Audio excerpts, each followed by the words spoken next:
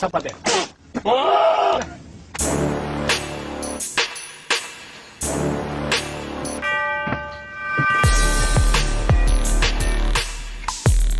And we're live! Welcome back to Supreme Verdict, Magic's only live debate show. I'm one of your hosts, Jon Dunning, and I'm here with my co-host tonight, Mr. the Coach from Mr. the Card Bazaar. How's it going, Coach?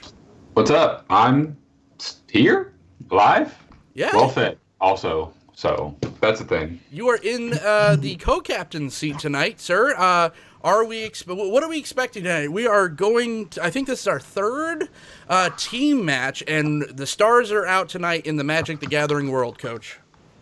Yeah,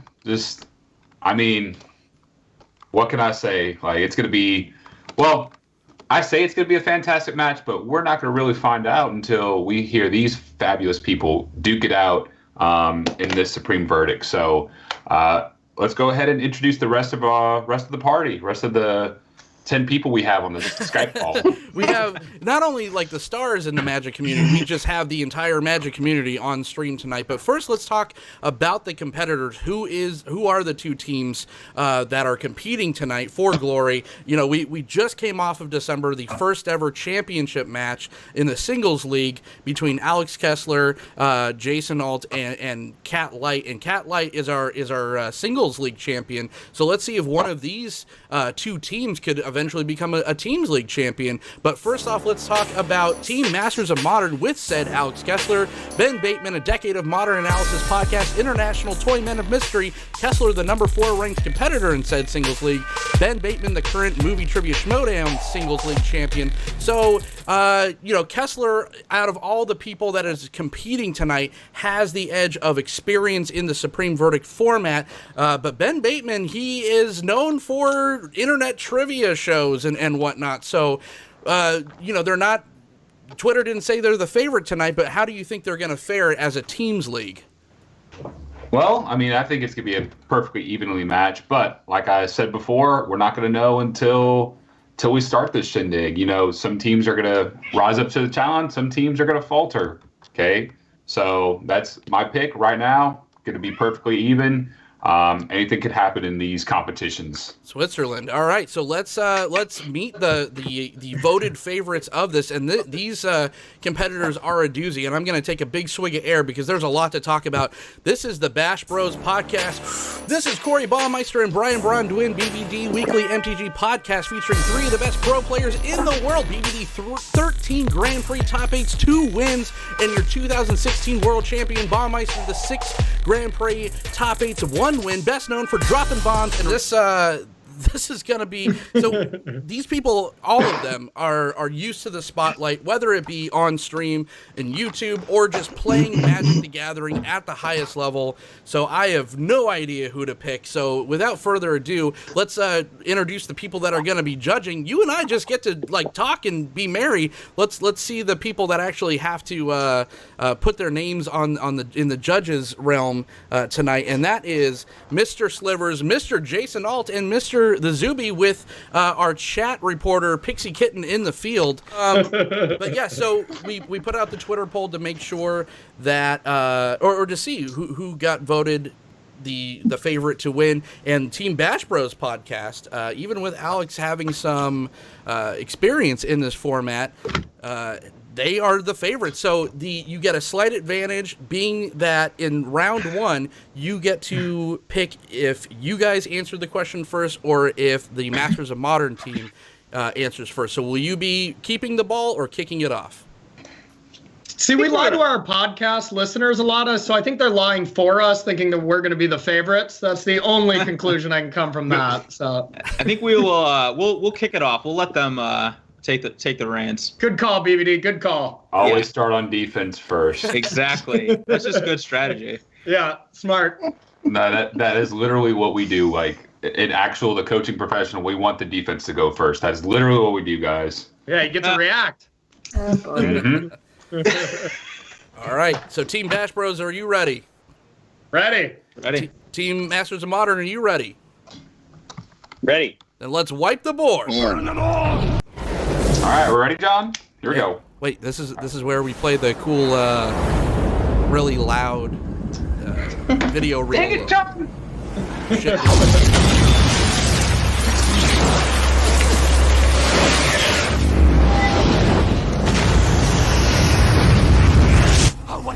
Bummer we don't get to hear it. Yeah, well, it's really loud. You should feel blessed. All right. Imagine the top You should find it. We'll watch it play later. right now. That's what you got. Loaded.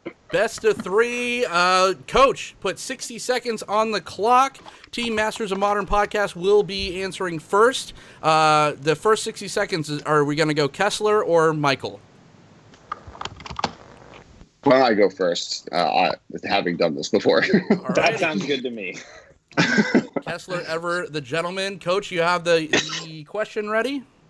I do have the question ready. Are you ready to start? Let's do it. All right, so here we go, ladies and gentlemen. All right, numero uno. Not using Tybalt, tell us which Planeswalker is the Magic the Gathering equivalent of Jar Jar Binks and why? 60 seconds on the clock. Ooh. I'm going to go with, I think he's a similar position as Tybalt, but really I think, we have Domi here in the position for me. He's a character that showed up. We really didn't know much about him, but kind of that he was just an annoying punk kid. And then he comes back in War of the Spark, betrays everyone for no reason. And then even though he sees that everyone is being murdered, decides to do the betrayal again, getting himself murdered. And then we're all sad. Or happy that he's dead. Plus, he's probably on his own, just trying to take over the world like Jar Jar Binks was. We all know that Jar Jar Binks was actually Darth Jar Jar and was behind all of the mechanizations of all 3 trilogies. And so I can imagine Domi Raid thinking that he is also that. All right. All right, that's 50. All right, that's time right there. And John, what did you think of this response? Darth Jar Jar. That's hashtag Darth Jar Jar. That we'll make that the official hashtag of the show. Michael, so you have to now build upon your teammates' starting argument. So this is our opening argument. So you have the next 60 seconds to kind of flesh that out. So 60 seconds on the clock, Coach. All right, 60 seconds going. Go for it. Yeah. I mean, Domri seems like a pretty irritating character as well. Jar Jar is known for being irritating. I would also say that Jar Jar strikes me as like a pretty gruel character. He kind of like lives in the wilderness and like he like randomly like shoots his tongue out and eats stuff, which is like not very polite. He's like kind of a fish out of water character. I mean, I guess kind of literally now that I think about it. But I feel like that fits in with Domri as well because he lives on the outskirts of the city and like eats dirt basically. And then he like kind of gets sucked into the big story with War of the Spark, similar to Jar Jar. Perfect. Reserving the balance of your time? Yeah, that's right there. Yeah. All right, perfect. All right, so now we'll go over to Team Bash Bros. You guys are now on the clock. Who will be starting the argument? Corey? I'll start this one, Dizzle. All right, go for it. Nice. 60 seconds on the clock, Coach. All right, ready, begin. All right, so I think Jar Jar Binks is really kind of self-involved, always just saying his name repeatedly. And I know one other Planeswalker that does that all the time, and it's Karn, Scion of Urza. Ooh. I believe that's what it's called. Karn is all about just saying his name when he comes into play. First words, I am Karn. I feel like Jar Jar Binks would do the same, like, I am Jar Jar Binks. Karn is really self-involved with himself, too, just making Karn structs, like, not even making, any other kind of token. It's all making stuff about Karn. So Karn's all about him. Jar Jar Binks is literally, that's his only word he says. So Jar Jar Binks is clearly very self-involved as well. So I think this is an easy Karn, Scion of Urza. All right. Going Karn versus Jar Jar. Let's go over to BBD. Build upon your Bash Bros argument so far. 60 seconds on the clock. So when I think about Jar Jar Binks, the iconic scene that I think about is when he, like, accidentally disables all those I don't know what they are. The enemy forces, with kind of like metal balls. They look like, and so to me that is, he's kind of a, those might be silver balls, similar to how Karn is the silver golem. I'm seeing a lot of connections here that are really adding up. So I don't have anything beyond that. That was my big finale. Perfect. Boom. Mic drop, but don't, because I can't afford to replace it. Let's go back to Team Masters of Modern. Let's go right to the rebuttal. Why is your pick better, and why does the Bash Bros pick not as good? Okay, so first off, Jar Jar's greatest enemy in the movie that he's really featured are the Trade Federation, a group of people that are robots. And so you're insinuating that Karn, Lord of Machines, King of Robots, is his greatest enemy to himself, which would be Jar Jar Binks. The fact that, the weapons they use isn't metal or liquid metal. It's liquid ball, water energy balls, and shields. And he does the entire time spent just destroying droids all over the place. Second, he's also a character relatively famous for being very wise and intelligent and tempered and calm and pacing himself, while Jar Jar is pretty much the antithesis to that. I can't really imagine any character in Star Wars that is more opposite to that type of archetype, especially because his character's purpose was to be an antithesis to Qui-Gon Jinn, right? He's supposed to be the opposite to the Jedi, being this impulsive red character. All right, right there. All right. Mike? Yeah, I mean, also Karn is well liked by the player base, which I think is, again, an important factor of Jar Jar, is that like everybody kind of sees him as like one of the big mistakes of the Star Wars franchise, that he's like kind of this really goofy character that sets off the tone. And I think Karn, I mean, is generally well liked. Like, he's got a couple of cards maybe that are too strong, but he's a character that people think is cool. And I see a lot of Karn avatars on Arena, and I feel like if there was a Jar Jar Binks avatar on Arena, I don't think anybody would use it. So I think that's another strike against Jar Jar Karn for me. All right, perfect. So, all in on the Jar Jar versus Karn. Let's go right over to Bash Bros. Tell us why Jar Jar is a lame-o pick. 60 seconds on the clock. Why Domri is, you mean, right? No. Why Jar Jar is a lame-o pick. Yeah. Premise of the question. Do it. I think Domri, in its creations throughout Magic, has been like adding mana. It's been pitting your creatures against other creatures. It filters the top of the deck to find more creatures. Jar Jar Binks is never trying to do anything that isn't self-involving. Jar Jar is just the most selfish person, I feel. He is just worrying about himself, not asking other creatures for help, not trying to gain any other resources for himself. Jar Jar Binks is just all self-involved here, and I think that's why Karn and Jar Jar are just a perfect match. They both care about one thing and one thing only, themselves. All right. BBD, close us out. So when I think about Domri, I think about Gruul, and when I think about Gruul, I'm thinking about, kind of a killed kind of. It's kind of a war-based society, like a very brutal society.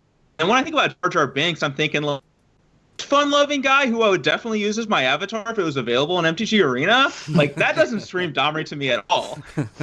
I just the connection there. I think of Domri as like, he's my creature that's going to destroy you, whereas Jar Jar's like, I'm over this thing, and like a chain reaction of random events occurred, kind of like the chain reaction of events that occurred during Karn's storyline as well. So, all right. So, Coach, just some quick thoughts on how this round is going before we get the final arguments from our two teams. Domri Raid, a character that recently got bumped off in the Magic storyline. Oh, the Magic storyline recently got bumped off too. However, but Domri Raid versus Karn. How do you think this match, or how do you think this round's shaking up, Coach? Well, it's a very interesting matchup. You got one team going with the Domri Raid route, which is they're shooting for the non-continuity or not as important character or character structures all over the place. And then you got Karn, who is being, emphasized as selfish or just like Karn strokes and me, and all this stuff. So it's a very interesting debacle that we're in right now. Completely funny. It was just like both sides, it was great arguments all around. But one team has to win. But so far, it looks like it's going to be a shootout. John, it's just right there, 1 point after another, and just coming off of each other. But it seems like nobody likes Jar Jar Binks at all. I guess it's a universal agreement. Nobody gives Jar Jar any love whatsoever. So that is fantastic, everyone. That is the, fantastic. Overwhelming thought process for universal thought process in every Star Wars fan's dreams. Let's go 30 seconds on the clock just for the closing argument for Team Masters of Modern. Now that you have all the information, all the picks, sell us 30 seconds. Sell us why Domri Raid is the pick. All right, so our opponents mentioned that Karn is selfish when kind of the main feature of his character is that he's a giving, non-selfish character. I feel like this is a little bit of a character assassination on Karn as he sacrifices himself for the community. Now, but then you also mentioned that Domri Raid is literally the established selfish green character. He is the character that only cares about himself, and that's why he even gets himself killed. Not to mention, you mentioned that we want a character that finds other creatures, kind of like Domri does in his card types. Well, if we look at Jar Jar, literally the two things he does is find the Gungan City and then also recruit the Gungan City to go fight for the Jedi when they need to fight the droids at the end of it. Not to mention, all he does is destroy artifacts, which is all that Red Green needs to do. All right, Team Bash Bros, close it out. 30 seconds on the clock just for a final. Whoever wants to take it. You got it, Dizzle. All right, so here's the thing about Karn. He's great. No. They're putting Domri as they're putting Domri as this green go out and find creature type thing. No, that's not how Domri is. Domri is about killing creatures, fighting creatures. Domri's all about killing creatures and fighting creatures. Karn on the other hand, he is self-involved, but he's always fighting for the greater good. And Jar Jar, when I think of Jar Jar, he's fighting for the greater good. He's fighting for the liberation of his land. So, to me, that's speaks incredibly similar to Karn's story. Oh man, I cannot wait to see. Coach, I'm glad we just get to enjoy this one. Let's go over to the judges' table now. Let's see how it shakes up. We'll start with Slivers. Who won you over? Was it the Silver Golem or the little bratty punk rock kid? This was a close one. This was well argued, but I think I'm going to go with. I have to go with Bash Bros because even though there's speculation that it is Darth Jar Jar, it was never proven in storyline. It's been kind of speculation, and we know Karn has kind of that mycosynth background, so we don't know. Maybe he's benevolent. Maybe he's actually just this little operative of the Phyrexians. So if there's unproven evil there, that kind of matches them up. And yeah, it was hard. I was right there. It was right on the line. So, but I had to go Karn. All right. So before Bash Bros, we'll go to Mr. Jason Alt. Who won you over? Karn can talk though. He can't just say his own name. Like every card in Weatherlight and the Exodus and those sets had flavor text from Karn saying shit. So I don't know, man. That kind of threw me. So I'm not sure Karn was the greatest answer. I realized that Jar Jar is not Gruul, he's Semic, but I think Domri Raid is a little bit closer than Karn, so I'm gonna have to give it to Domri Raid. All right, we have a 1-1 split. It all rests on. That's why we have a 3-man judging table. Mr. Zuby, you're the deciding factor already. This much pressure on you in round 1. No pressure. Oh, man. So, this is tough. So, I was really leaning more towards Domri Raid throughout the whole thing, but the closing argument that the Bash Bros gave for Karn was starting to sway me over, but I feel like it wasn't enough, though. I'm going to have to give this one to Domri Raid to Masters of Modern because I just feel like the argument was a little bit more well-constructed. on their side. Perfect. All right. So that is round one goes to the Masters of Modern podcast. That's Michael and Kessler. PK, what's the chat saying? The echo is the back. chat is saying the echo is back. I got it. Sorry. Yeah, I mean the chat really liked this question. It was a really good one. We're getting a lot of Baby Yoda emotes in chat. Obviously, that could mean anything. That true. It mean everything. Really have anything to do with the question, but it's Baby Yoda, so it's better than everything we've heard so far. In hindsight, I regret not tying the echo back into Karn, but you know, what can you do? What planeswalker is Baby Yoda? Oh yeah, that's a question for another episode. All right, let's go. Mowu, right? Or who is Mowu? Because he's the dog, and then Mowu is the dog would be Jinyu, or is the Mandalorian. Literally green. So Baby Yoda's a dog? Yes. Yeah. He's a pet. Yes. Have you seen the movie or the show? Right. Yeah. No, I live under a rock. We haven't seen the whole show yet, so don't give any spoilers. Oh, wow. I forgot to tell PK it's a Star Wars show tonight. Whoops. Let's go right over to question 2. So now Masters of Modern got that round, so now you have the ball. So are you guys going to be answering the question first, or Bash Bros for round 2? We're going to go second. All right. Second, so it goes over to Bash Bros first. Coach, you got round 2 question? I do indeed. All right, here we go. You and your teammate have entered Jabba's palace to save the meat popsicle, also known as Han Solo. Harrison Ford, for you guys who do not know, we're talking about the old Han Solo, all right? The only one that matters. Not this new crap that everyone's been talking about last couple years. So the old Han Solo. Instead of dropping you into the Rancor pit, Jabba challenged you to a game of standard constructed two-headed giant against himself and Max Rebo of the Max Rebo band. Hey, knowing what you know about your foe, what do you play and why is the Force strongest with you?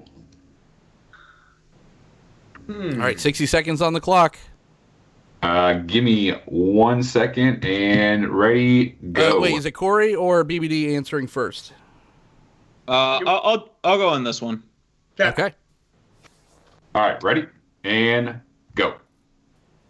All right, so I'm gonna go with a double dosage of Esper, and the reason is that when I'm thinking Jabba the Hutt, he's coming with 2 copies of Black Devotion. He's coming in hard. He's going to effectively take the dark side of this battle. So I want 2 copies of Esper, and we're gonna be tuning ourselves predominantly towards beating the double helping of Grey Merchant, and that's gonna be what our plan is. Excellent. Invoking Gary this early. Let's see if it pays off. Let's go over to Corey. 60 seconds on the clock. Yeah, I mean, when it comes to taking down 2 dark foes like that, we all need a hero. And there's nothing that screams a hero more than playing Esper Hero. Something BBD and I know a lot about. It's bringing that light side into an otherwise dark world, to take down a 2-headed foe trying to play mono black. It just seems like a no-brainer. All right, Esper Hero. That's such a, might I say, such a BBD answer, I think. With a little Orzhov in there. A little splash of blue, I see you, but pretty BBD on theme. Let's go over to the team Masters of Modern. 60 seconds on the clock. Are you guys good with the question? You need a repeat. Can you please repeat it? All right, let me pull this up. All right. You and your teammate have entered Jabba's palace to save the meat popsicle, also known as Han Solo. However, instead of dropping you into the Rancor pit, Jabba challenged you to a game of standard constructed 2-headed giant against himself and Max Rebo of the Max Rebo band. Know what you know about your foe, what do you play, and why is the Force strongest with you? So I think To start, I think one of us will be playing a Rakdos Jedi Knights, taking the Ember Cleaver to the opponents and taking advantage of the Knight Tribal that we're just, the Force imbues with us. But no Jedi is going to be really successful without their trusty blue and or green Bant Adventure lightsaber. By going on adventures, I mean, that's really what these Star Wars movies are. They're adventure movies. They're about the excitement of kind of going out there and doing fun things and then on top of that, having, Nissa being just this amazingly powerful ramp effect, Teferi, these kind of different planeswalkers, which are in Magic, the Jedi, in many ways, kind of lets us take advantage of those synergies, really taking advantage of the Force and our loyalty towards it while going on adventures together and then leaning on our Knight to kind of do damage early on and really get to them. Ooh. Little current Rakdos Knights action. It makes me think of KOTOR. Now I want to play Knights of the Old Republic on my old. Yeah, me too. That's what I'm here to do. Getting more people to play Knights of the Old Republic. That's all I do on this. Well, that worked on me. So, Michael, pick up the torch or the lightsaber. You're on the clock. Yeah, nobody's going to be a better choice to rescue Han Solo than Jedi Knights, right? So, you got the Ember Cleave lightsabers and the Bant deck kind of representing more of the justice that the Jedi Knights are bringing to Jabba's palace. And, I think that's the way to go. All right. I always love the ones that end on the and that's it. We did it. We won. Let's jump over to the rebuttals. Why is Esper better than Knights? Can I take this one to start, BBD? Yeah, jump in. All right, so I think the huge problem you guys are having with your strategy to beat these two-headed giant families, you're playing Rakdos Knights and Bant Adventures. These are old decks. These are last season's decks. Ooh. Esper Hero is constantly evolving. We always have the new tools to beat our opponents, whether or not it's, some hot new card like Shatter the Skies, Dream Trawler, to make sure we gain that life on these mono black devotion players that are maybe trying to, go over the top of us. We get to constantly evaluate our opponent and put all these new cards as well as these good cards into our deck. If you're playing Bant Adventures, you know what you're going to be just stuck doing? You're going to go on an adventure while your opponent knows exactly what you're going to be doing. Sure, you may have a lightsaber, but if you don't have the new tools to do it, what are you going to do with it? Dang. Right there. Good job. Strong. All right, BBD, close out the rebuttal. 60 seconds. Yeah, so I'm thinking of going into Jabba's palace here, and I'm thinking, Luke Skywalker, and I'm thinking of Luke as a character who, he chose to not kill Darth Vader. Like, he chose to choose light over darkness, and then they're bringing a deck like Rakdos Knights, where I think of Rakdos as kind of the Sith of the Knight world here in terms of deck choice. I'm not buying that. Like Ember Cleave kind of goes against the principles of the Jedi Order, and then you add into that like Bant Adventure. You can't pair the darkness of the dark side with a green lightsaber in your battle to take down Jabba. So it seems a little bit of a continuity issue there. Right there, good. Oh, damn. All right, Coach. Shots fired. How versed are you in the old ways of the Jedi and the Sith, Coach? Oh, you're talking to me. Hi. What was the question again? Moving along, let's do the closeout. Go back to Team Masters of Modern. Why don't you close it out? Wait, we have our rebuttal. Oh, yeah. Let's go back to the rebuttal then. John, see, I don't even know the old ways of the Jedi, and then John over here just forgets we have a show going on. We're doing fine. Well, let me tell you about the ways of the Jedi, because you mentioned that Luke wouldn't be kind of more towards the Sith moment at this moment in the movie and trilogy, but this is his darkest moment. He just lost his hand. The movie is questioning, will he be able to resist the Emperor's pull and join the dark side? This is the scene where he force chokes a Gamorrean, a purely Sith-based power move. So this is Luke's darkest moment within all of the Star Wars trilogies, even darker than the new stuff where he tries killing Kylo, where he resists that urge. He doesn't straight up murder a monster while also choking an innocent Gamorrean guard.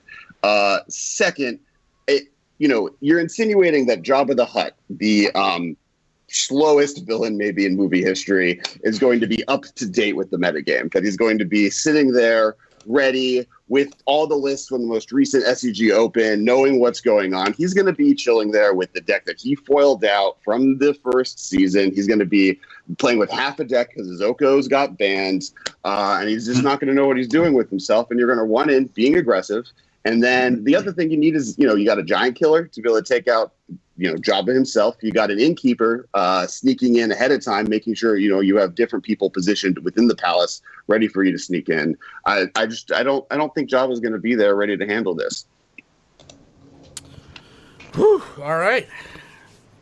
Masters of Modern coming back strong. This is truly more exciting than the Anakin and Obi-Wan in episode 3. Let's see if we can keep this up. Michael, you're on the clock.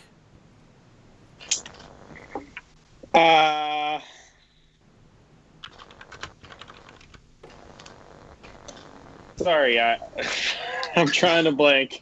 But what Alex said sounded great to me. Yeah, I mean, I think you want a proactive strategy here. I think Rakdos Knights is the way to go.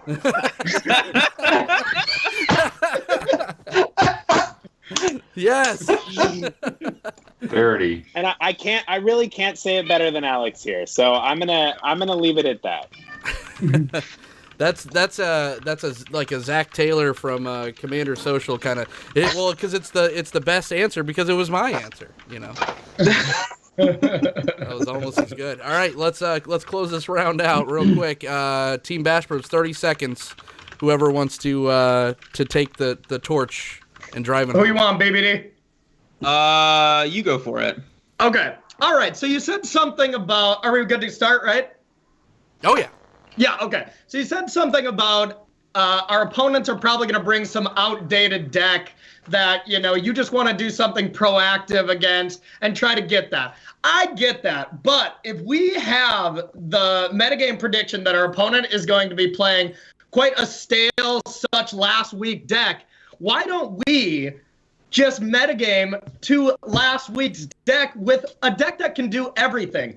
This situation against two opponents trying to defeat them calls for a hero. And, Rakdos Knights are not the hero we need. Hero of Precinct 1 is what we need, backed up with all the tools to answer what we expect from last week, with a sideboard filled with all the hate for the current week, just in case our opponents surprise us.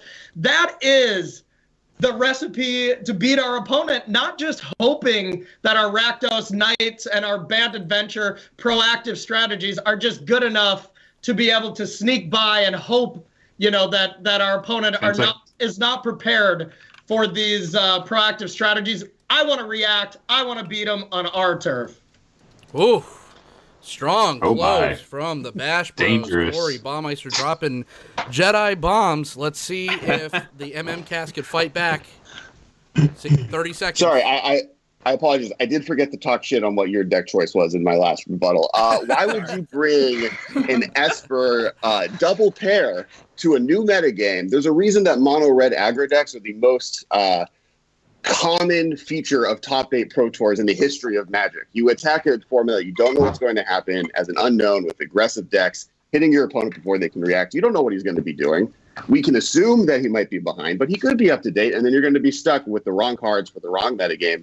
And you'd even hedge your bets. You picked 2 decks that are the exact same. What if you're just both badly positioned against what he's playing? Neither of you has a different angle of attack, and so you're stuck just kind of falling behind and letting yourself get blown out by the aggressive strategy. Versus us, Right who's there. coming in with aggressive and versatile. All right. Okay. So we had a strong ending right there. Let's see how the judges felt about it. Let's start out with Jason first. Which Jedi faction are you going with? Are you going Sith or Jedi? What do you mean? Which faction am I going with? I thought I was judging their responses. Like, Don't call clearly, out my puns. Yeah. clearly, the Sith can choke people. That's what I'm about. Hey. Whoa. Is it ran by David Carradine? Oh, yeah. So well, hey man, you wouldn't learn that power from a David Carradine. All right, family show. Esper or Rakdos? I thought Rakdos was a terrible answer for the Jedi. Wow. Embercleave has double strike. That's clearly Darth Maul's double-sided lightsaber. So operating under that premise, like everything else falls apart. I wasn't super convinced by the Esper argument, but I really thought Rakdos was such a fail on flavor-wise that I couldn't get into the rest of the argument. Even though Kess knows Star Wars better than anybody on this call, that didn't really help him out, I don't think. I'm going to have to go with Team Bash Brothers. All right, one for Bash Bros. Let's go to Zuby. All right, so listening to the arguments here, I really felt like the Bash Brothers. I'm going to have to give it to the Bash Brothers because I feel like they were the ones who answered the question better, and because they made it more about themselves and not just what Luke Skywalker would do in this situation, because the question did state you and your teammate are coming to rescue Han Solo, not Luke Skywalker. So, and plus I can't, Esper, it has blue, and how do I say no to that?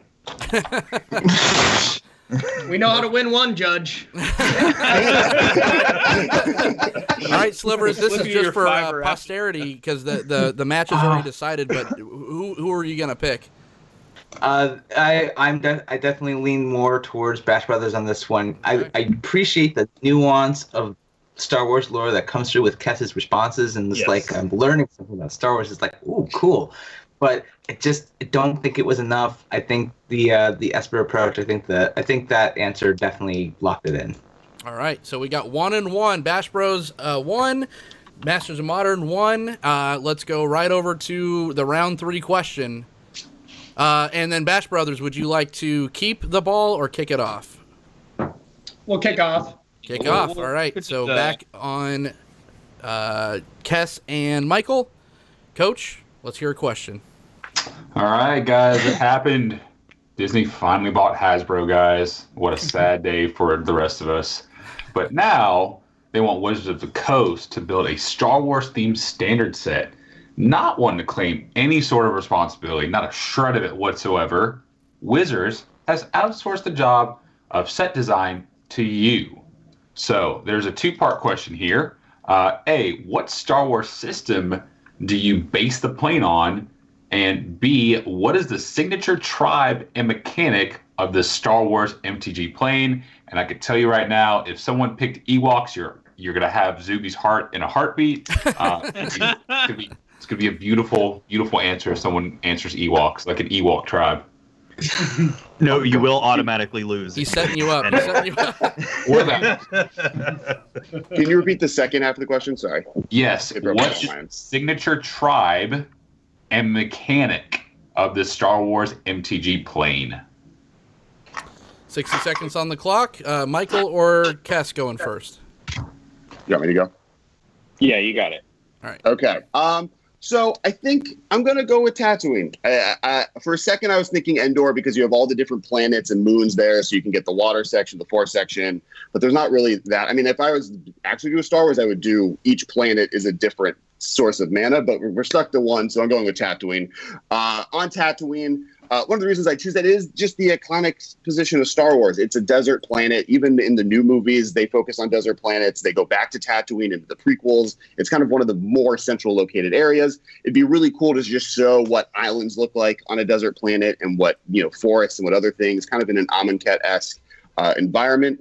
My signature tribe would be the Jawas. I think that they would have a really cool artifact theme to them, but more like a scrounging artifacts where they get it from the graveyard or steal artifacts from other opponents. But there'll be probably a sprinkling of other tribes. You'd have, there could be Jabba's Palace as kind of a bounty hunter subclass, and then you'd also have stuff around the Sand People there. And I think that would just be kind of a really cool and interesting place to play with bounty hunters, scum and villainy, all fighting to be there. And then you just have some farmers, moisture farmers, trying to make it work. I think that's the plan I would pick. no matter how else this round shakes up, Alex had the testicular fortitude to pick Jawas as his creature type, so that is saying something. Let's go over to Michael now. Build on the argument. 60 seconds on the clock. Yeah, I mean, Tatooine is one of the most iconic planes in Star Wars. It's where the first movie starts. It's where a lot of the action happens. It's where Anakin is from. It's where Luke is from. And there's a lot happening on Tatooine, as Alex mentioned. And yeah, I mean, I think Jawas are a great tribe. They do artifacts. They do equipment. They even do vehicles to an extent.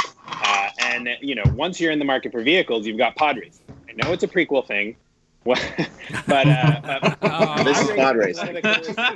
It's one of the cooler scenes from the prequels. It's got it's fast, it's got vehicles, and you know, it's got a little bit of that Kaladesh vehicles flavor of fast car racing, and you know, I think that goes well, went over well in Kaladesh, and I'd like to see a little bit of a revisit of that on Tatooine. And yeah, I mean, you've got black characters like Jawas. You've got, you know, white characters like the moisture farmers, which being farmers are more white. You know, I think the Jawas are probably red in my mind. 10 seconds. What mechanic would you add, Michael? Oh, well, I mean, I think like a named mechanic or like a mechanical concept. Named. Right there, guys. Improvise. I like improvise because of Jawas. All right. Woo, got it in at the buzzer. We, you know, judge says, yeah, we'll accept it. Man, I don't know what is going to happen the rest of this round, but Michael invoked the prequels as the testicular fortitude. We're going Jawas and prequels from the Masters of Modern podcast. Let's see There's what the nothing wrong with the brothers have prequels. for us. 60 seconds on Why are the you clock. hating on Jawas? Jawas and Said there's prequels. nothing wrong with the prequels. Oh, here we I go. was one of your judges. Was that a judge or a contestant? This matters. That's a That whole, was me. that's a That whole was other, Zuby. How dare you? that's a whole other podcast. All right, Bash Bros, who's going first? I think I can take this, Dizzle. All right, go for 60 it. seconds. Can you repeat the question one more time to make sure I got it right? Coach. Repeating the question. All right, so it happened. Tactic, by Disney the way. finally bought Hasbro, and now they want Wizard of the Coast to build a Star Wars themed standard set. Not one to claim any responsibility, Wizards has outsourced the job of set design to you. A, what Star Wars system do you base the plane on? And B, or two, what is the signature tribe and mechanic of the Star Wars MTG plane? Okay, so I think out of the plane I would choose would be Hoth. The frozen base world. I think it could create a lot of really cool mechanics that you could tie to Magic. One being that it is the home of the Rebel Alliance Echo base. So I feel like you could use Echo as a mechanic, you know, where you have to pay at your next turn to keep it around, and then otherwise you sacrifice it. I also think Unearth would be a really cool mechanic to use from this with the frozen ground, things that have died there, be able to unearth stuff back, as well as it's surrounded by numerous moons. So what that would scream to me would to have like world state-based effects, kind of like enchantments that would make it so all creatures would have, you know, -1, -0, something like that. Something that could symbolize the numerous moons around it, and those would be the different worldly effects that could be had on the game. Yeah, that's all I got. The classic ending there. Yeah, Yeah, it's my favorite kind. I like the fact that I guess I'm just gonna jump into my minute without even waiting for prompts. But yeah, I like the fact that you know, it has kind of historical precedent with the Magic community as well, having had a GP Hoth many years ago, which I think was in Lincoln, Nebraska, if I'm not mistaken. So there's that added element there of nostalgia, or lack thereof. But yeah, one thing I love is you know, the snow world aspect of it too. I think you can add in a number of things of you know, kind of frozen kind of mechanics, creatures on thaw after a period of time. You know, maybe you need some sort of warmth type auras or enchantments to protect creatures. That kind of thing, I think, could be a really interesting world. All right. So literally polar opposites, Tatooine versus Hoth. Let's get polar opposites. Nice. We did it. Someone made a geography joke. Go right to the rebuttals. Hoth is frozen over the whole planet, not just at its poles. Michael, why don't you go with your rebuttal first? Well, first off, speaking of Hoth, and we are aware that the stream keeps freezing. Haha, all the puns all the time. So we do apologize for that, but be sure to tune in tomorrow on the replay of this. It will be cleaned up, and all that will be absolutely perfect on the They Said We Said YouTube channel. So for all the live viewers, thank you for coming, and I hope that it kind of works itself out. Hope you're enjoying yourself, but yeah, tomorrow will be a very clean looking stream. So on to the rebuttal. Allegedly. Yeah, I mean, I think Hoth doesn't have like kind of the diversity of characters, the diversity of ecosystems you want to see in a Magic world. I mean, if you think of all the different types of all the different creature types you can have on Tatooine, you got tons of different types of aliens, you got little creatures and stuff. On Hoth, there's basically like a Yeti monster, I forget what it's called, Wampa, I think, Tauntauns, and a bunch of Rebel Alliance soldiers. I mean, I guess the Empire lands there at some point, but there's just not a lot going on Hoth. And also, I think that a lot of the like kind of Ice Age snowy mechanics have always been kind of not well received. Echo is kind of a downside mechanic, which tends not to be very popular. You got like global enchantments that are giving creatures -1/-0. That doesn't seem that fun. I feel like Hoth is kind of a downer planet. You know, it's like very hostile to life. And I feel like a lot of the mechanics that it brings to my mind are not stuff that I think is fun to play with. And it does, you know, and when I think of snowy worlds, I think of Ice Age and Cold Snap. And I don't think of those as like super fun Magic sets. I think of them as kind of, you know, kind of downer Magic sets. I feel like Star Wars deserves better than that. Star Wars deserves a vibrant world like Tatooine. Hey, I get a lot of satisfaction casting a Merit Lage, but we'll go to Alex. Have you casted a Merit Lage? Thawing a Merit Lage? Yeah. Doing something. We're playing a game of Magic. Shut up. So, a few small corrections. There are no moons on Hoth. Hoth famously has no moons, so I don't know which moons you came up with. They have an asteroid belt. That's like where Han Solo and Leia go hide. There's like the worm that comes out, and they have that. That's in between Hoth and Cloud City, but there's no actual moons for the planet. I do want to echo Michael's statement that there is really nothing on Hoth. Like there's Tauntauns, Wampas, Rebels, and Imperials. Rebels and Imperials are on every planet. That's kind of the whole conflict of Star Wars. And the other two things are kind of pretty lack. Our opponents also didn't pick a tribe. I don't know which tribe that they would go with. On Hoth, so there's not really, they didn't really answer the second question, but for them maybe it's Wampas. I know in the Shadows of the Empire game there were a lot of them. They're just kind of Yetis. They're big, they have 4/3s, they don't change depending if there's dragons or no dragons on the plane. I don't know. I feel like just there's not a lot going on Hoth. Like you can't even have a dragon there. There's no Magic set with no dragons. There are Cryat dragons on Tatooine. Dragons are already there ready for you. All I got to say is nerd alert. No, man. Really went to... You invited him on to talk about Star Wars and then you shamed him. That's exactly what I would. That's right. See what kind of a host he is, everyone. No one else knows the geographics of Hoth. Like, man, why are you so good at this, you nerd? Yeah. All right. Let's go to... I know that on Hoth, you found out that in the Star Wars universe they believe in hell because Han Solo said, "I'll see you in hell." His Tauntaun phrases. Therefore, Christianity is canon in the Star Wars universe, and we have Hoth to thank for that. So you heard it here first. All right. New theory. Bash Bros. Defend thyself.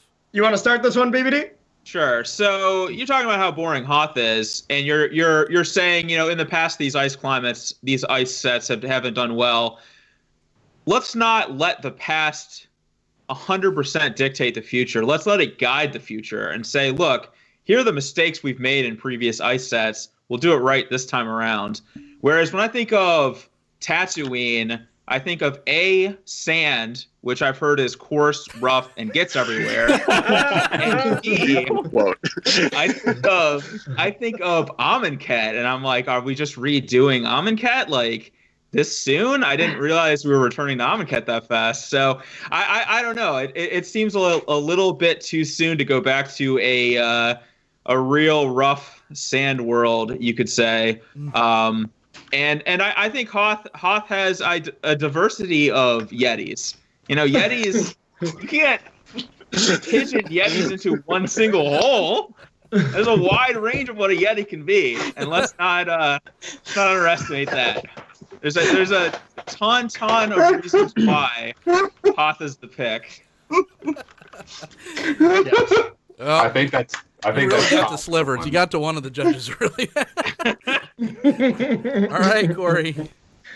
Yeah, I have to agree with BBD. I mean, the ice mechanic is something that has been done in the past, but there's a lot of mechanics that has been introduced into Magic. There's a lot of things that maybe haven't been around even since like Ice Age, like incorporating planeswalkers.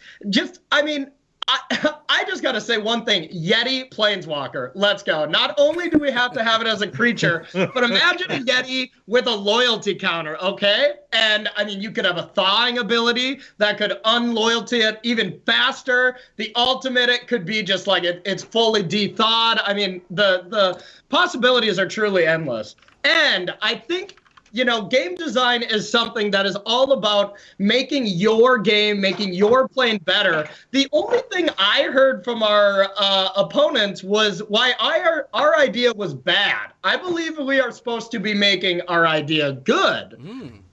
And instead of trying to bring down, you know, their plane. I'm sure that's just like one game taking down another game and saying, is our game better yet?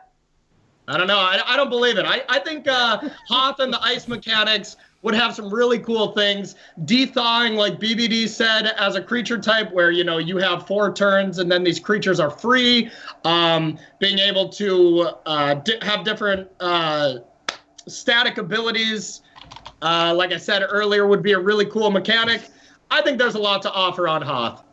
Wow. All right, a lot of attack on process on Corey's argument. Coach, what do you think? Ice versus fire so far? Well, that's a good one. Ice, definitely ice. Wow. I think. All right. Well, I think overall and like when they were bringing up like the Amonkhet set for like comparing like Tatooine, like the desert planets and all that, I'm still not. No one brought up Arabian Nights. I'm just throwing it out there. Oh, you very are you? I'm history nerd. There were some okay cards that came out of that set, but I feel like Ice Age, like the Ice Age block, Mountain flowed better. So I'm gonna have to. To me, if I was a judge, I think the Hoth argument was good up until around the point where they were talking about like tribes. That's when the Tatooine part came in. So it's somewhat balanced. If I was a judge, I'd still probably flow with the Hoth argument. So, but I'm not a judge. I'm just here to spectate and just do my thing. Each team still has 30 seconds to close it out. So Team Masters of Modern, 30 seconds. So first off, I mean, to confirm with the rules of this game with the judges, the second round is meant to be more of a tear down of our opponent's thing, right? It's not, especially at going second, that's kind of how that works. So just to confirm that's how the game that we're playing works. Second, we've done snow recently. Modern Horizons was a snow-featured set that we just visited, and it has kind of proven to be problematic. I mean, Astrolab has had to get kicked out of Pauper. It's looking problematic in Modern. It kind of does a lot of things that aren't really healthy for the formats it's put into. Every time we've revisited the snow mechanic, it kind of has these problems. And it is more recent. I mean, you said Amonkhet was recent, but that was almost 4 years ago. And snow was last summer. Was it that long ago already? I mean, it's 2 standards ago. I would like it added time. All right, 30 seconds on the clock for Bash. I mean, just to defend Tatooine, I mean, it is the most developed plane in this universe. There's so many characters. There's so many places you can go. It's shown up in all the trilogies. And I think that just like there's a lot of play there. And we offered something different. This is Artifact Desert, not Graveyard Desert or Egyptian themed desert. This is more about right there. The scavenging and artifact mechanic and improvising with the artifacts that you're given. PK, we need a like buzzer our sound. signature mechanic.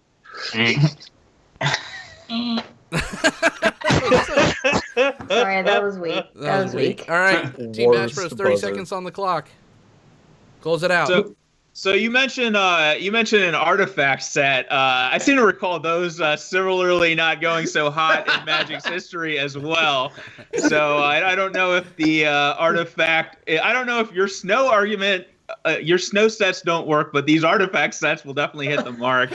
It's really going to be, in fact, Arkham's Astrolabe is in fact an artifact itself, which is part of the reason it's a mistake. So, yeah, I think, also when we're looking at a standard legal set here, and Modern Horizons was not a standard set. So it's been a while since we've gone to the Icy Wastelands in standard.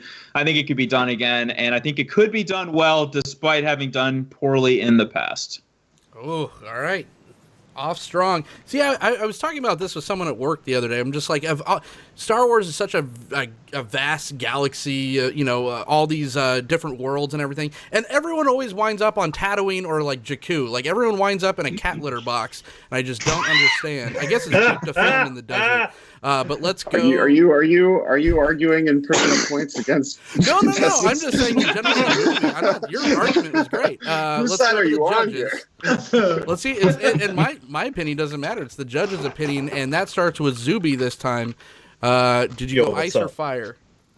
So I got one question for Bash Bros. Did you guys pick a tribe or no? Because I don't. The Yeti. Yeah. We don't actually. I don't actually know enough.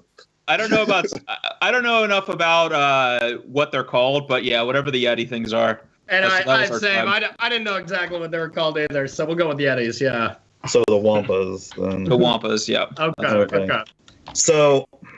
Has anyone explained how a Wampa knows how to encase someone's feet in ice and suspend them from the ceiling? Because I didn't see how that happened, but The beer belches. You'll have to play the set and find out. Yeah, that's a beautiful new spell.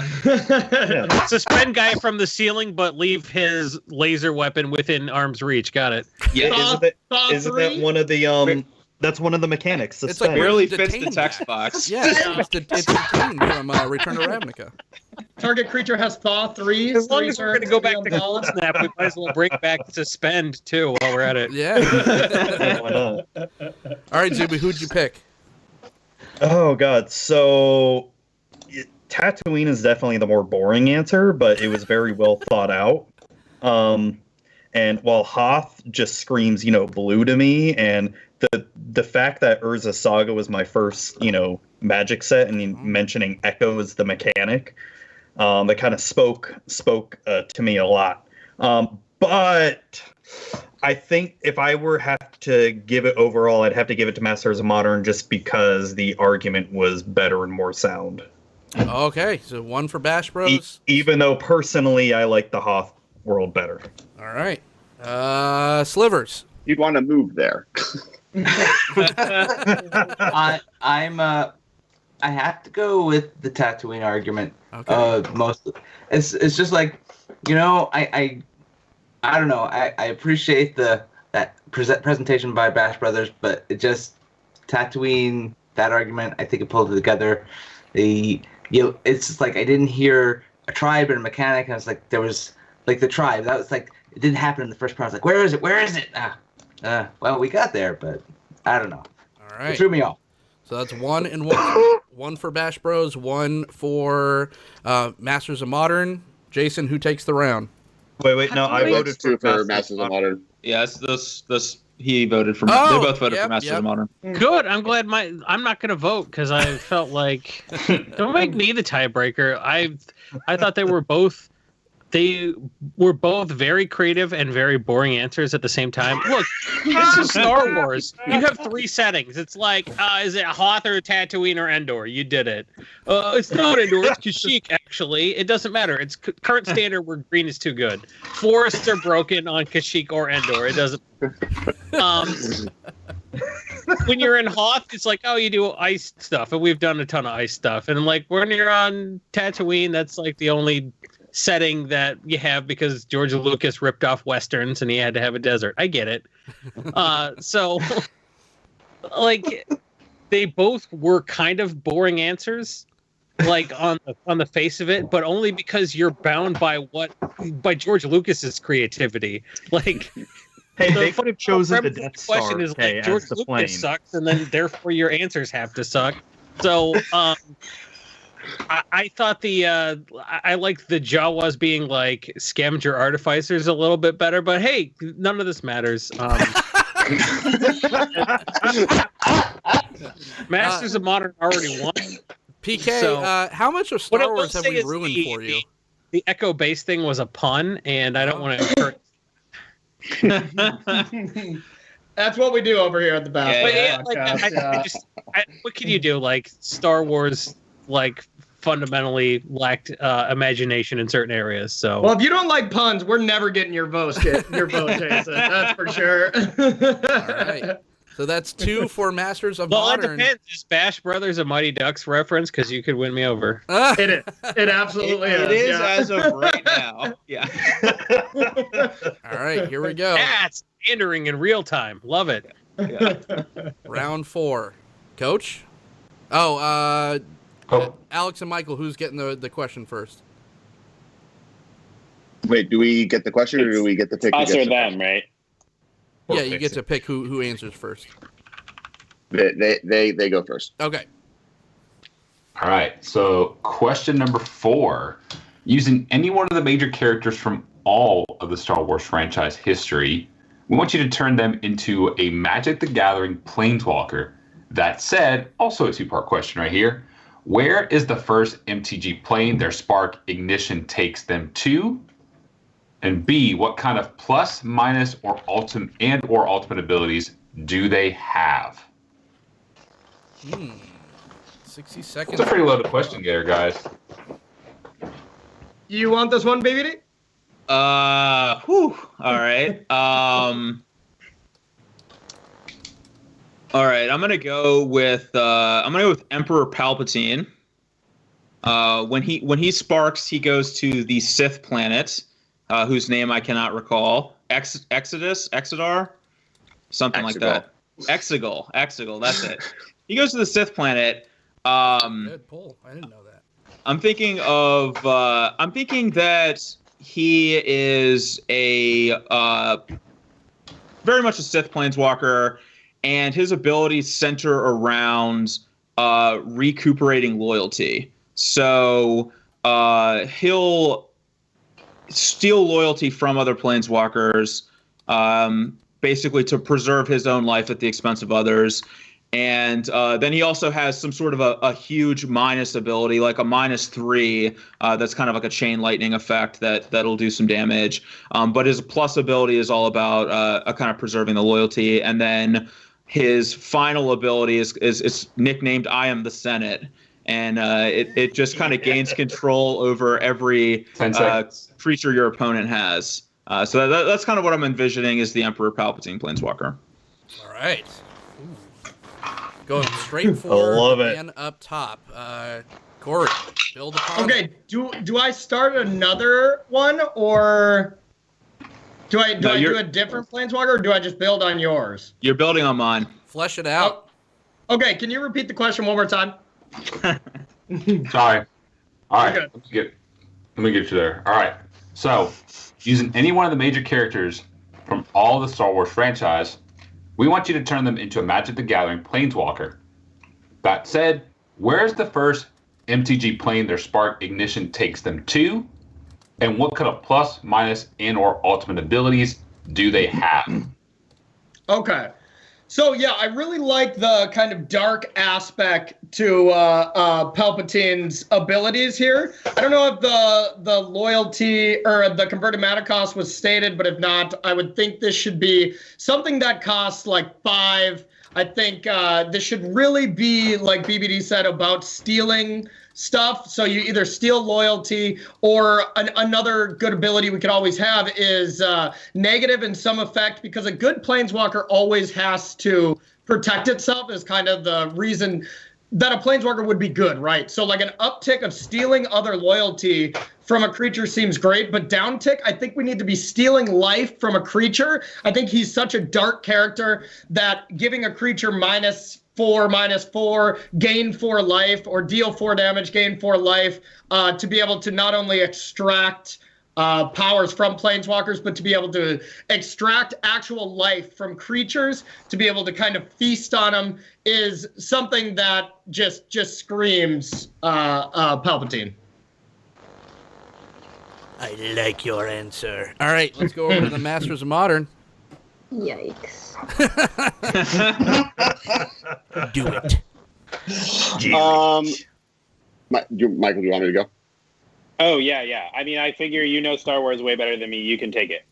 I went back and forth, and I decided to go with the meme answer and go with the Baby Yoda as a planeswalker. I don't think we have a baby planeswalker. I was thinking about doing Obi-Wan Kenobi because he could have like a higher ground ultimate that made everyone sacrifice things equal to cards in hand or whatever. But Baby Yoda, I think the key mechanic is that he summons a legendary Mandalorian buddy. He summons a protective token that sits in front of him and starts hunting down things that he starts targeting with a bubble-like mechanic. So if you remember, Kiora has the ability to kind of like make it so things can't do damage or take damage, and I think Dovin Band now has that mechanic. So like he lifts up the giant rhinoceros, allowing the Mandalorian to kind of hunt them down. So you kind of create like an assassin. So give the Mandalorian the ability to like tap and kill things as a token that Baby Yoda creates, a legendary one like Mowu. And then also a protective one, and then an ultimate. I think uses his little hands to force things into the sky, and so I think he bounces things. He just is really cute and has what's it called? Return all permanents or non-land permanents your opponents control to their owner hands. What is it? What's the blue card? The other possible plus would be frogging things, just turning things into 0/1 creatures so that he can eat them. He's like a cute little old man. All right, Michael. Yeah, I mean, I think blue-green Baby Yoda, kind of takes the Planeswalkers to a new direction. You don't have like a little young magic savant character really in Magic, and I think that's like a pretty unexplored trope for Planeswalkers. Whereas Emperor Palpatine is kind of just he's Nicol Bolas, right? But for Star Wars. So I like that Baby Yoda is kind of just a new direction for Planeswalkers, and I think mechanically he does something different from the other blue-green Planeswalkers, which I think is valuable when you're thinking about a new Planeswalker. And kind of got a little bubble effect, got a little what was the other abilities? Everything to the frog. Where does he go? Where's the first planeswalk he walks to? Oh, where does Baby Yoda go? The first plane Baby Yoda goes to is... I'm gonna go with Amonkhet. Baby Yoda, has an affinity for desert plains, since that's where Baby Yoda was found in the show, and so I think Baby Yoda subconsciously was Amonkhet felt familiar. Whew. I hope he brings the sunscreen. Let's hear the rebuttals from Bash Bros. I'll start this.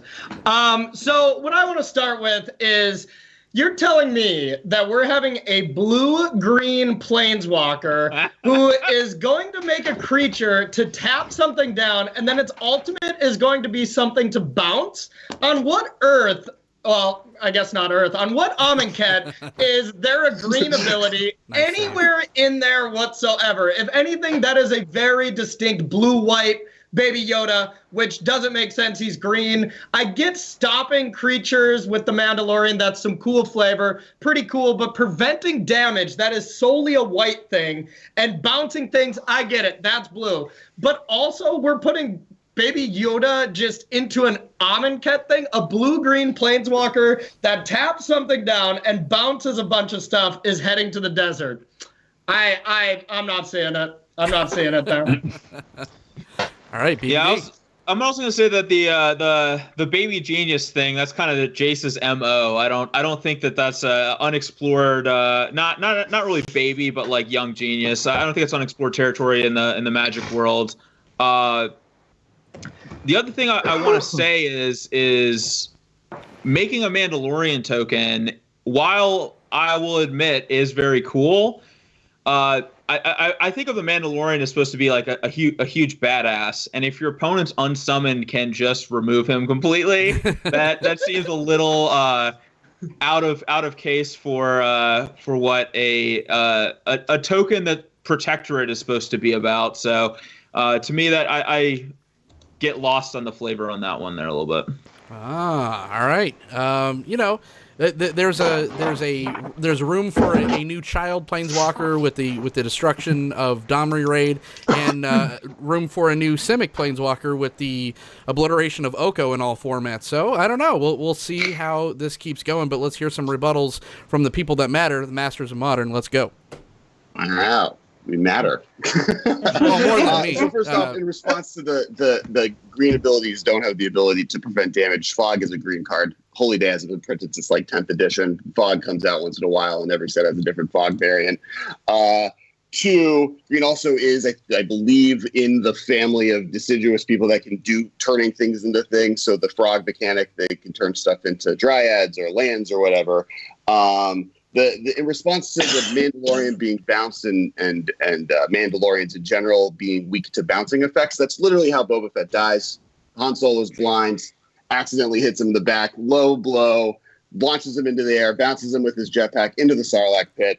That's how you kill Mandalorian. You bounce him. That's the key. Figured it out. I mean, he's not wrong. Michael?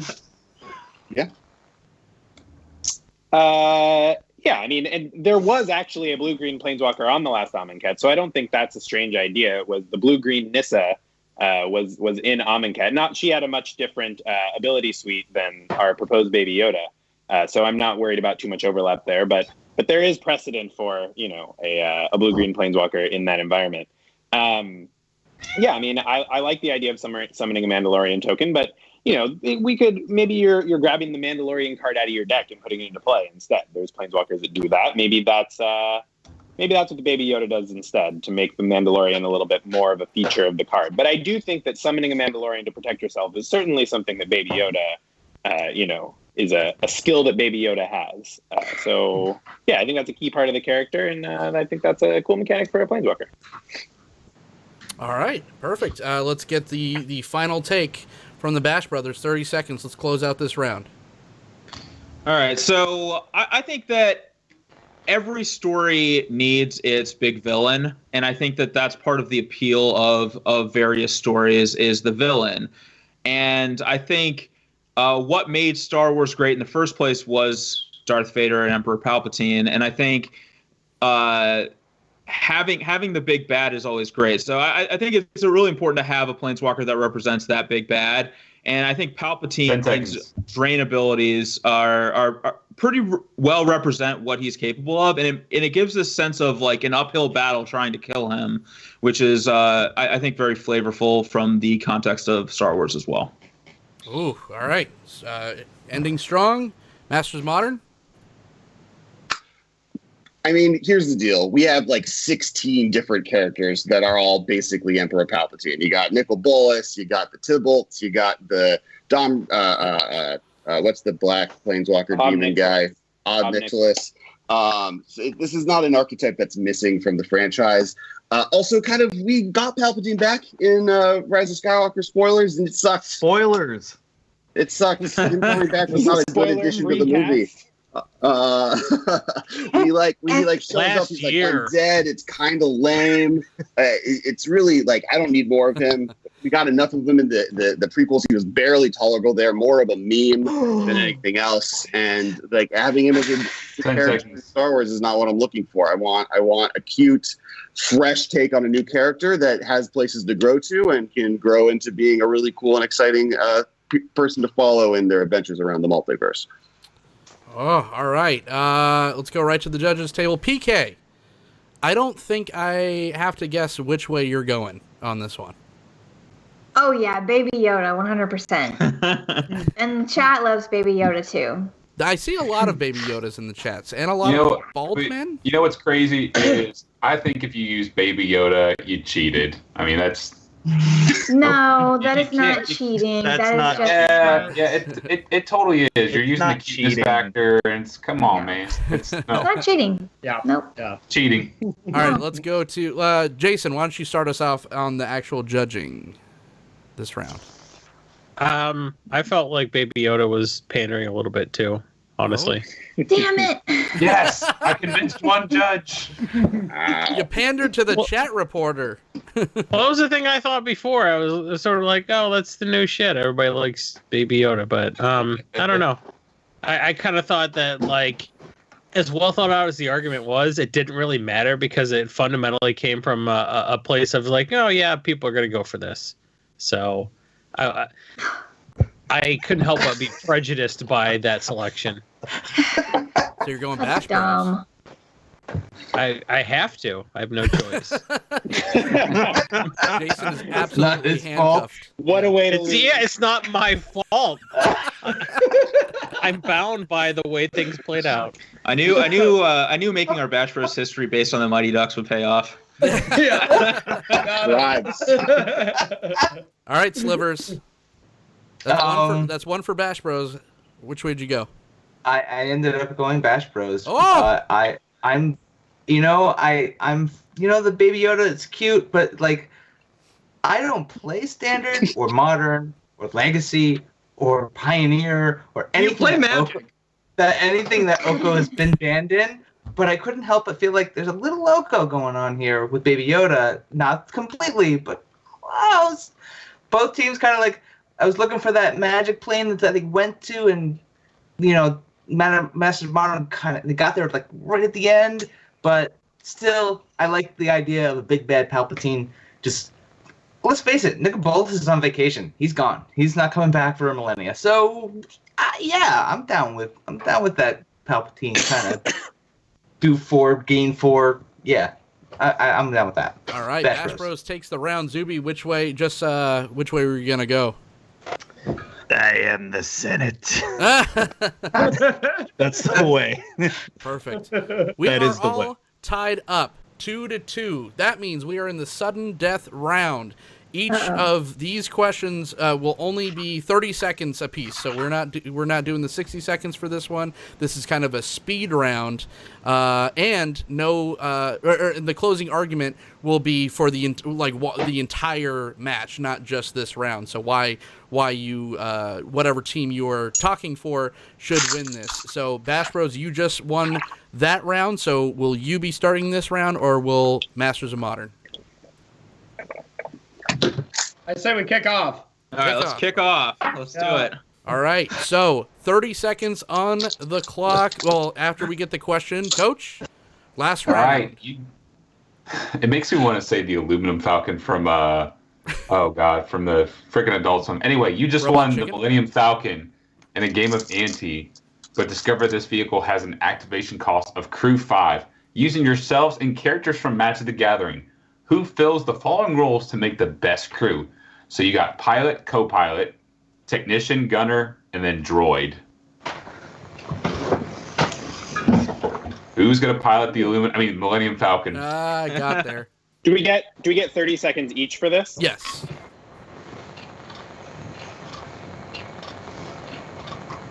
Pilot, co-pilot, droid, technician, and gunner.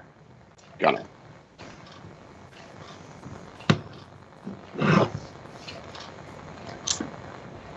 Well, droid, I think we gotta go. Droid, I think we gotta go. Karn.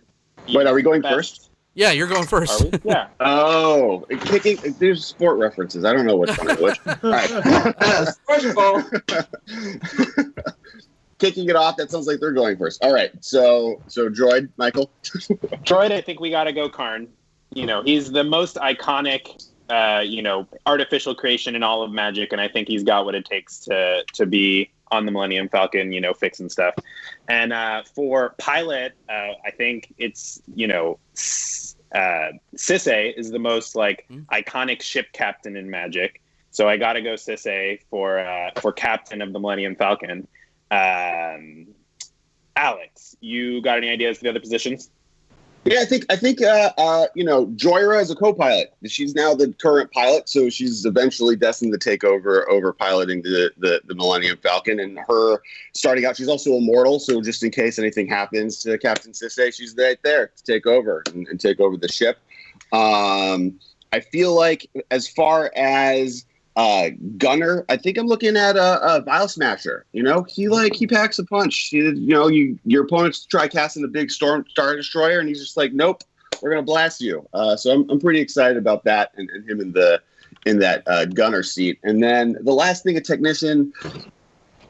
Let's be honest. We got Karn. We need another Artificer in there to help make this thing happen. Let's get Tezzeret in there. He might be a little bit untrustworthy, but he's going to be able to make sure that ship flies. All right, so we have pretty much a mashup of the Weatherlight, and then you just throw a hairy goblin on that crew as well, and see what happens. Let's go over to Team Bash Bros. All right, I think I got the first two here, BBD. First of all, our pilot, just has to be DePaula. One of the best drivers from any set ever. Cruise, can find other vehicles. It's just an easy DePaula. I think for our pilot, we need somebody who can shoot and can keep shooting. And the one thing I can think of is a Goblin Sharpshooter. There is nothing that creature likes to do but just shoot, unload, or reload, shoot, reload, shoot again. Every shot comes with another shot if it was a hit. Exactly. I think if we're going DePaula as our pilot, then our co-pilot must be the veteran motorist as well. Of course. Yes, that's the backup for when you don't get to 3 mana for DePaula. So of course. Yeah. All right. So then what do we have? We have a technician and a droid. And a droid. All right. I think one of the best droids of all time. I think we need to leave it in pure power level stat, and that's Archmage's Ravager. Ravager? Arcbound Ravager. Arcbound Ravager. Just being able to scrap together any other metal in the ship that we might need and just really be able to generate as power and then even funnel it into the ship if we need to. That's a technician that we need on our side. Now, that's a droid that we need on our side. That's a droid we need on our side. For a technician, bear with me on this one. I'm going to go with Teferi.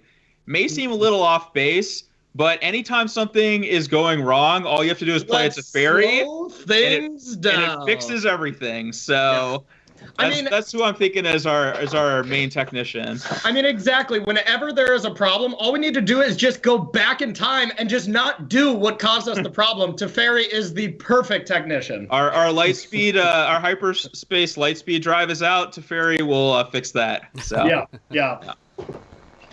All right. Perfect. Let's go to rebuttals. So, question on rebuttals before we start: Are we rebuttaling and then there's a final everything that's going on? Yep. We have a rebuttal. All right. Yep. So, some pieces for the rebuttal. The problem with Teferi is that he can go back in time, but the Millennium Falcon was always kind of a hunk of junk, right? So he might get you out of your hyperdrive working, and then he's going to go back in time, and now DOS is broken, and you can't get out. Back in time, and now the life support's down, and you got to fix that. So he's never going to be able to deal with the problem, right? You're never fixing it. You're just going back to a more and more broken Millennium Falcon because it's just as always broken, especially if you don't have an actual technician helping. And Ravagers, they're sucking parts into them, so you don't even really have the parts you need because you're feeding them all into your droid. Just feeding, and it's just going to dump a bunch of counters. And then DePaul is a race car driver. That does not translate to piling a spaceship. There's 3 other different directions you can go. You have a Z-axis. I'm out. I don't want on this ship. You're going to die. Perfect. Michael? Yeah, I mean, I think that the Millennium Falcon is characterized by always being piloted by the heroes of the galaxy, not just like a random motorist and a random, dog-looking robot that they picked up on Mirrodin. It's always the best of the best. It's the Han Solos, it's the Chewbacca's, it's the Lando Calrissians who are flying the Millennium Falcon, and I think that's what our crew represents. It represents the best that the multiverse has got to fly the fastest ship in the galaxy. Whew, all right, Michael. Let me start this, BBD. Oh. All right. Okay. I got a big problem with this because you said DePaula is just a race car driver. Who do you want? Do you want Miss Daisy drawing the Millennium Falcon? No, you want somebody that can drive aggressively and that has driven a lot of vehicles. And that is DePaula to a T. DePaula knows their way around driving. The Millennium Falcon will be no exception. We'll be going fast. And when we need to slow things down, you guessed it, we got Teferi. Teferi will slow stuff down. If DePaula's getting a little reckless, we'll back it up. And you kept saying Teferi can't fix problems. You can always fix problems when you can bend time. You go and you go back until you fix it. There is no, you can't fix it because the things that right there. You always go back. I want my second back. All right, so who are the heroes of the galaxy but a ragtag group of adventurers with no backstory? That's who the heroes are. Yeah. And who is Anakin Skywalker? He was a pod racer. This is pod racing. That is exactly who DePaula is. Come on, this is exactly the story that we all wanted all along. And as for the people that you have for yours, those are the old school people. That's like the 80-year-old what's his name coming back for a cameo in the 7th movie. Like, come on, we need some fresh young blood in there. How dare you besmirch Smuggler's Copter? We deserve. Oh God! Wow, the back and forth on the last round. This is heated. Masters of Modern, close us out. Why is your overall arguments of the night? Why should you be the winners of this episode? So, I walked into this assuming that I was going to be a person that was more knowledgeable about Star Wars than the other people in the room. So, I think that was already ahead. The judges have taken into the account and hasn't been an advantage. What's been surprising is Michael's larger knowledge base on Magic the Gathering. I mean, we got 2 people that have been on multiple Pro Tours, multiple GP top 8s, and didn't know Ravager's name, didn't pick random standard commons and uncommons and rares that didn't even see real standard play. It's been really depressing for the state of the game to watch this happen. Hey, you know what? Baby Yoda might be trending, but stuff trends because it's good. But we knew Tatooine was the best planet beyond. We knew the best possible pilot team that could pilot the Millennium Falcon. 10 seconds. And I think that we're just positioned ourselves in a good place, and I hope we can kind of take this home. Oh boy. This is pod racing. All right, Team Bash Bros. I'm pretty sure that was a a world personal attack champion on the other team. Absolutely. Right.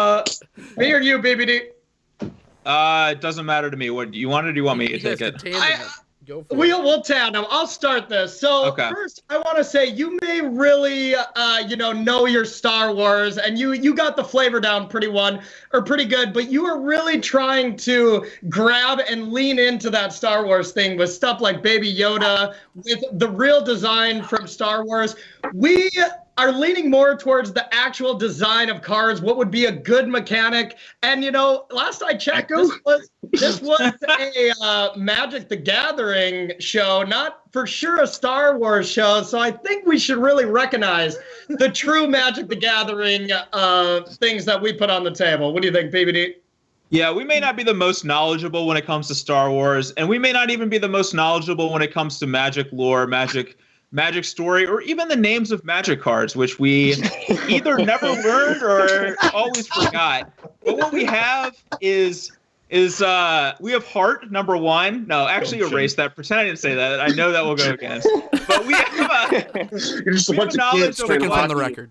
We have a knowledge of what works and what doesn't work in Magic, and we might have some off the wall ideas, but it's born out of a legacy of having tried and failed with so many other ideas in the past.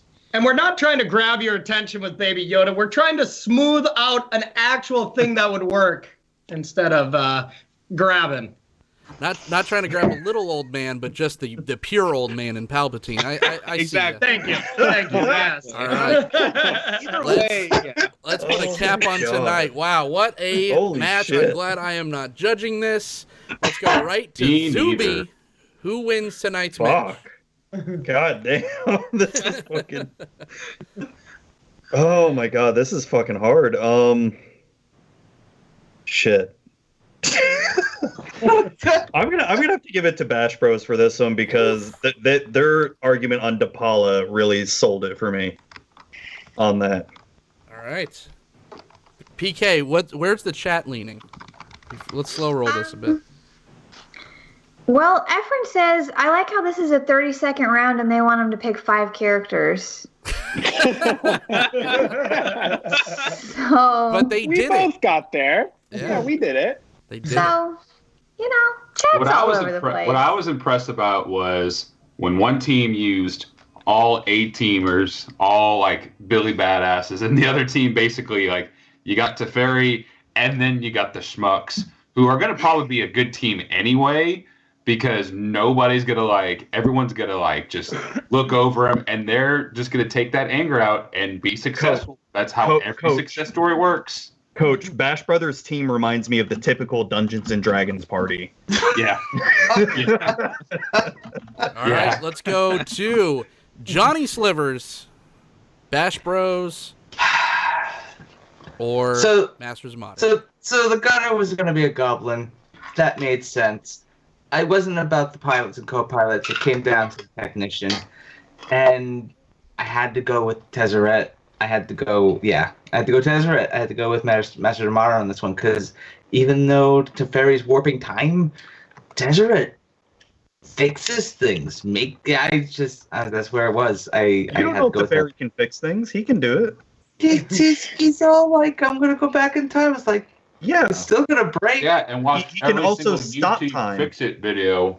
He has his own opinion. Let the man have his own YouTube in Star Wars. You can hate me. You can Have you seen send me to Reddit hell. I don't care. I am going with the Tezzeret team. Not saying I did this on purpose, but not saying I didn't. Jason Alt, you get to be the complete tiebreaker on who wins the match. Is it Team Bash Bros or is it Team? Are you telling me it's Team Bash Bros or Team the guy who beat me in the singles competition? Wait, I shouldn't have to suffer for this. I've never been on the show. This is the teams league now, not the singles. That's fair. Is it team guys who are good at Magic or a team guy who knows a lot about Star Wars on the Star Wars episode? Like, this was fixed from the very beginning. I was really impressed with how much Star Wars Shed Bash Brothers knew. That wasn't a requirement for tonight. I didn't know coming in. Maybe, I don't know. The rest of you got the questions before tonight. I didn't. I didn't know this was Star Wars night. Neither did I. But I was honestly, I was really impressed with how well Team Bash Brothers hung in there, especially in the last round. I got to give it to them. And your winner, Corey, Baumeister, and BBD, Team Bash Brothers, takes the match 1-0. Wow.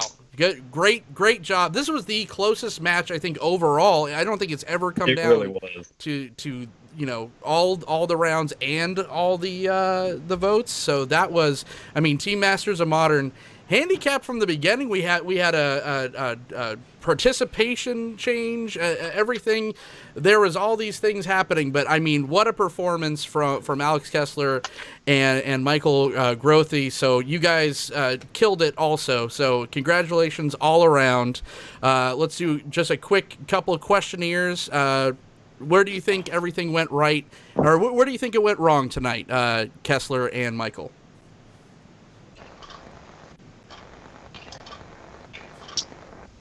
I think Baby Yoda was a bad choice. No. I was going with the chat. I thought chat was voting, so I was. That's where I was at, you know. You pandered to the wrong people, sir. Voting went. That's no longer a feature of this game, apparently, and here we are. It'd be nice if we could get the rules laid out ahead of time. You know, I'm in London. It's 4:00 in the morning. Michael, thank God, was able to jump on and fill in for Ben, who dropped out. So I think, you know, chips are stacked against us. We did the best we could. It was close, which I'm proud of us. I'm really proud of the team. And impressed with our opponents and their ability to kind of swerve, duck, and dodge and get to the finish line as champions. Perfect. All right. And who do you guys want to... Who would you like to call out in the Magic multiverse? Any other team that you'd like to go against? Oh, we need to fight Ben for ditching us. Yeah. Just Michael and Kessler versus Ben. Yeah. Matches in modern showdown. Yeah, you can throw him under the bus. Ben and Jason Alt. Me and Michael want to take on Ben and Jason Alt. Wow. Challenging a judge. That's a bold move. There we go. Why would you assemble a super team to be your opponents? I mean, I haven't lost to Jason Alt, so I don't know. Oh, that's a good point. Team? I think Ben and I would be a formidable team in movie or night trivia. So that's a bold choice. Yeah. I'm glad you're not handicapping yourself. Team Bash Bros. What a performance. You guys nailed it. You know, world champions and Grand Prix champions in real life and Supreme Verdict. Not champions yet, but maybe one day. Where do you think both those things are very similar? That's true. Very important. This show. I didn't know if you knew that, but where do you think everything went right for you guys tonight? I think we stuck to our strengths as players, and we stuck to the things that we like and that we care about, instead of trying to go off down a route where we maybe don't know much about. So. Yeah, I think me and BBD, especially on our podcast, usually have quite the connection, and then Brad's usually trying to derail us and keep us on topic. So I think our shared joy for memeing on his time and the time of our listeners really connected us in this competition to be able to link up and really share some opinions here. Excellent. So the secret sauce was the omission of Brad Nelson. Got it. And if you guys could call out anyone in the multiverse, who would you like to go up against? Oh, I would like to call out Brad Nelson and anyone because I've been arguing with him my entire life. I know exactly how to do it. Throw him on the super team. He'll go on. He'll team up with Ben Bateman and Jason Alt. It'll be I was gonna say we gotta include Jason Alt just for posterity's sake on this. Yeah. Brad Nelson and Jason. I'm down Alt, if you guys want to team up against. Then they need to find a fourth person. Let it be. I do want to say that you guys were wonderful opponents. Though it was a lot of fun. So yeah, it was great. Your knowledge for Star Wars was quite impressive as well. I have to say. Legitimately impressed. Yeah. Yeah. Very good. Thank you.